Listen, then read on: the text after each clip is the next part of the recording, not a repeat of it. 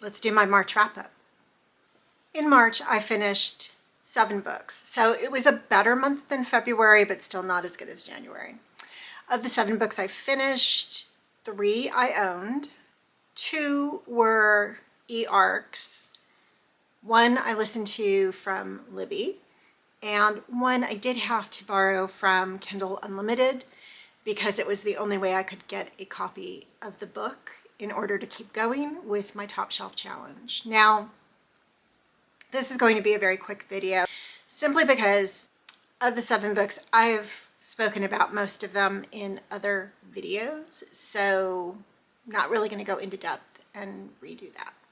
I think this month I'm going to go from lowest ranking to highest ranking, but I am going to start with the book I listened to because I do not give ratings to books that I listen to.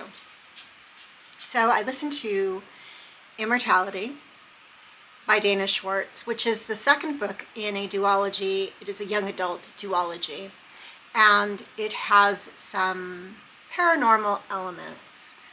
I'm going to stand firm on the fact that that is still my favorite type of romance, but I will stand firm that I don't really feel like this was a romance.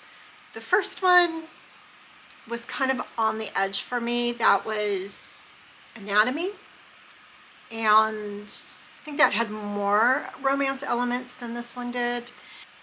I think that this one was a good story. Our main character, Hazel, is from Scotland. She's a young woman in the Edwardian period, so think of Bridgerton. And she has been studying anatomy in the first book, attempting to become a physician, a surgeon. And she has not graduated from medical school because that is unheard of at the time, but she has fully trained in the science of being a physician. Now, the thing I find interesting about this is that we really did get a first book in this duology that was focused on Hazel becoming a surgeon, and she was studying anatomy and she wanted to perform surgery. Really, she wants to be a physician, and she is acting as a physician fully throughout this book. She does some minor types of surgeries throughout this book, but let's just be frank, she's functioning as a physician, not a surgeon. I did enjoy seeing Hazel's next chapter of her life, and she does eventually end up in London in this book, and she's in a very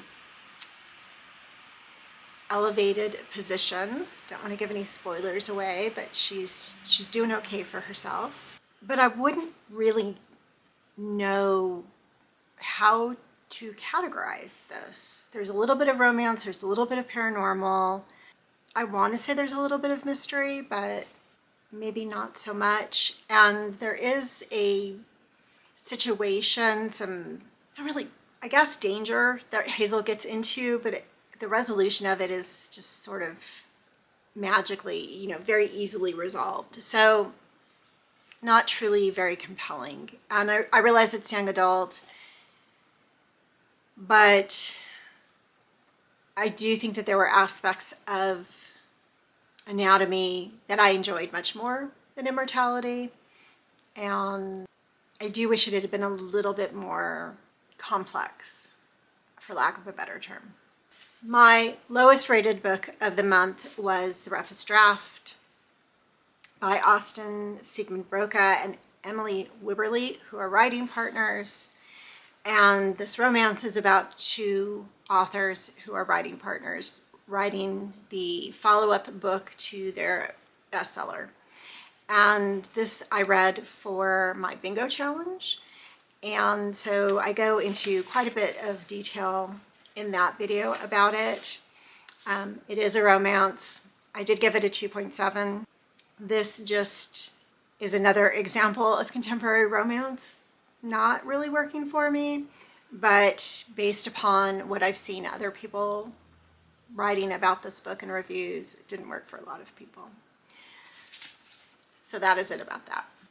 Next was Just Thieves by Gregory Galloway, which I read for my Top Shelf Challenge. So again, I go into quite a bit of detail about this book in that video. I will just say that this is sort of reminiscent of noir. It is a criminal crime fiction. It's not really a mystery. It's definitely not a thriller. It's a very short book, but it just drug along for 250 pages. I didn't hate it, but I didn't love it. I didn't find it very compelling.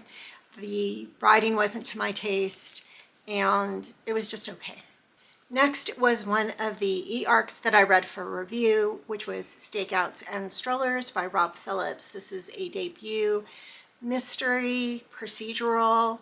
Our main character is a brand new PI who has been laid off from a job as a writer and has decided that he could use his investigative skills to become a PI.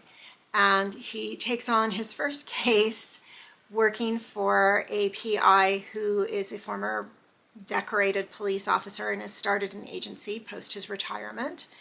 And he is just supposed to take pictures of a wife who the husband supposes is cheating on him. And as he is doing this, he follows the wife to her boyfriend's houseboat.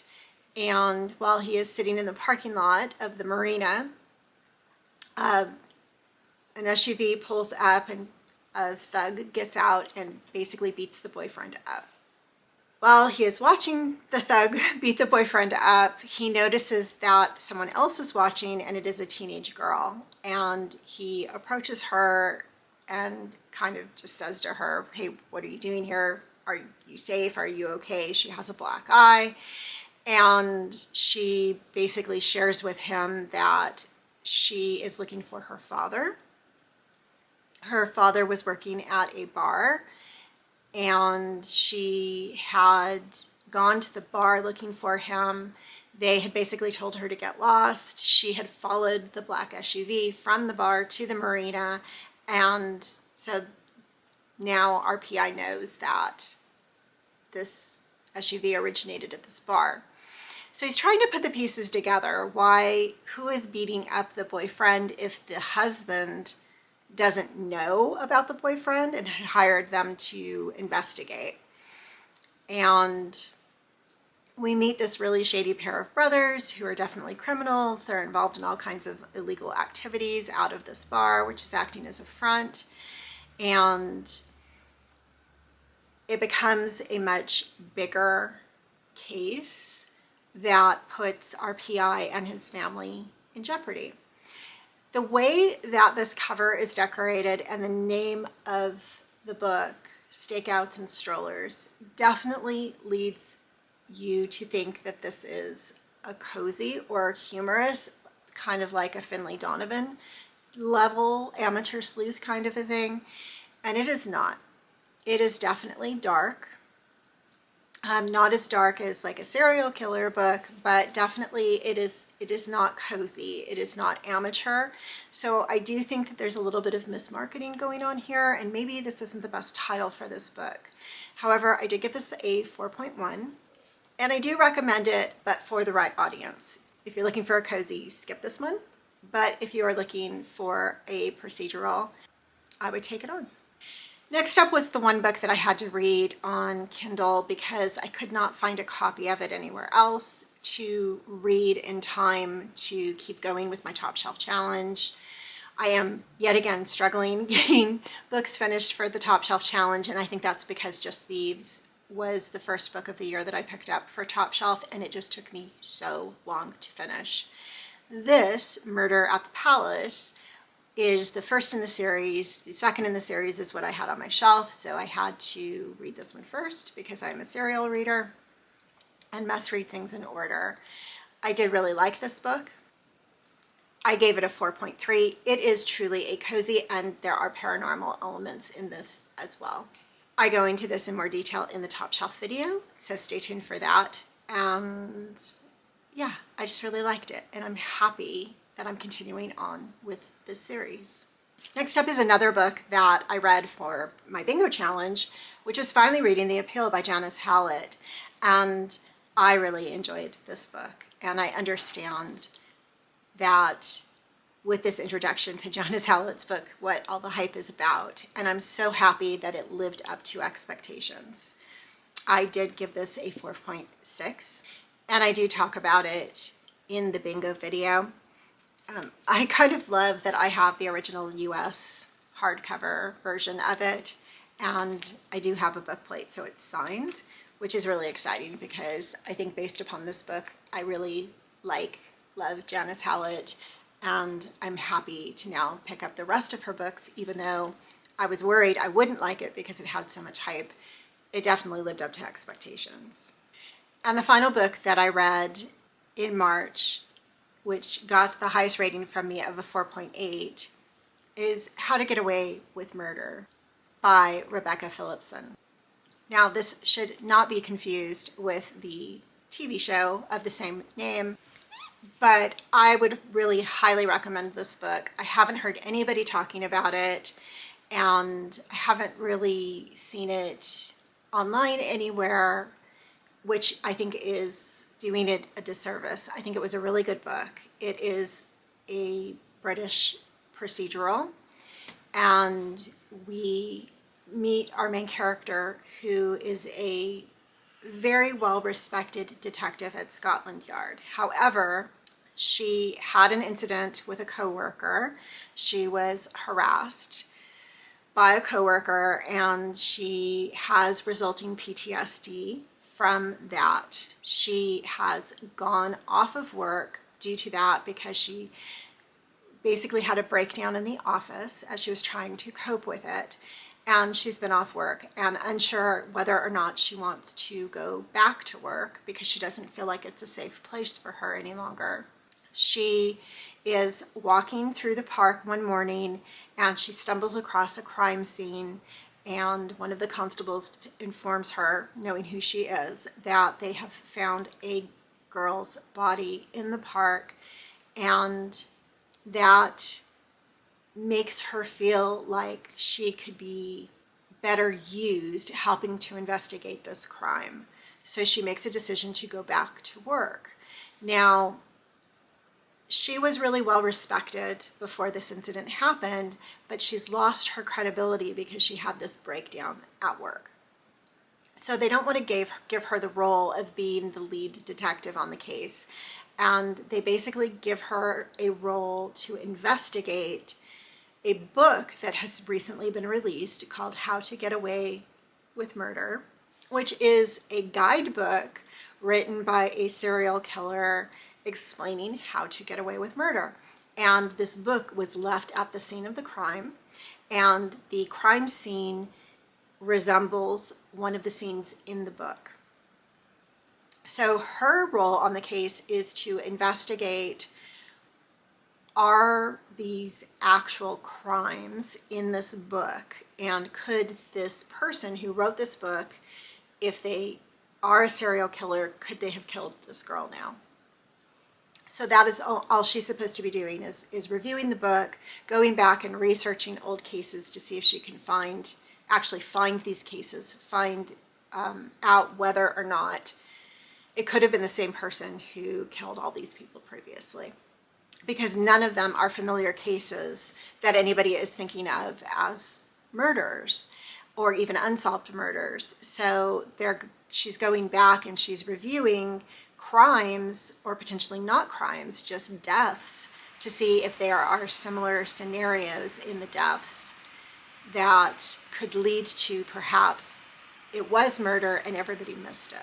She is partnered with a young detective who's basically a Nepo baby, but she thinks he's got good instincts, and she sort of feels like it's them against everyone else, that people think she's not up to the job anymore mentally, and people think that he's not up to the job because he got the job because of who his father is. And she doesn't hold it against him. She sees him for who he is, and they form a very good working partnership. Now, her boss is also, not sure if he's her actual godfather or if he's like her pseudo godfather, but her father was a cop. He worked for her boss in his day, and now she's come up and is working for the same guy. And when the incident happened with her colleague, he basically swept it under the rug. And the guy who assaulted her, yes, he left Scotland Yard, but he was given a promotion. And she's got a lot of anxiety over the fact that he was rewarded for what happened, and she is basically being called unfit mentally for her role because of how she's reacted to how the situation was handled. It's a really good exploration of being in a very high pressure role and also having incidents that I think in traditional crime fiction we would see male detectives who have drinking problems or who are divorced and don't have a relationship with their kids and they fly solo and all of that, but more from her perspective where she's trying to deal with things. She probably doesn't make some of the best decisions, but she's definitely viewed as not fit. And would a man who was an alcoholic be viewed under similar circumstances? And do we view them that way in crime fiction? So I just think it posed some very interesting scenarios and really made you stop and think about, yeah, we do give these alcoholic detectives a lot of leeway, and they're drinking to cope, and yes, they need help, but we understand why they're drinking to cope, kind of a thing. And she's not, but why is her situation any less valid? Like, would these men get pulled as the lead of a case? No, they're always still the lead of the case, and they're kind of just covering up their drinking, or their drinking is politely ignored because they're so good at their job. But because she's disturbed by what happened to her, that makes her a dainty flower, basically, in their eyes, and unfit to do her job. So I think it definitely called into question how men and women are treated differently in these types of roles and in these circumstances. Although it is definitely a procedural, and we are monitoring this case and watching them go through the steps of investigating it and figuring out who the killer is, there's definitely a bit of a thriller twist at the end, so be prepared for that. And I think it's a good one, and I think it's surprising. So I think it does its job. So I would highly recommend this, and I think it's a great first. So that's it for March. Again, I think it was a pretty good book. There was only one real huge disappointment, which still got a 2.7, so it was okay. But other than that, I think it was a respectable month of reads. So thank you for being here, and I'll see you next time.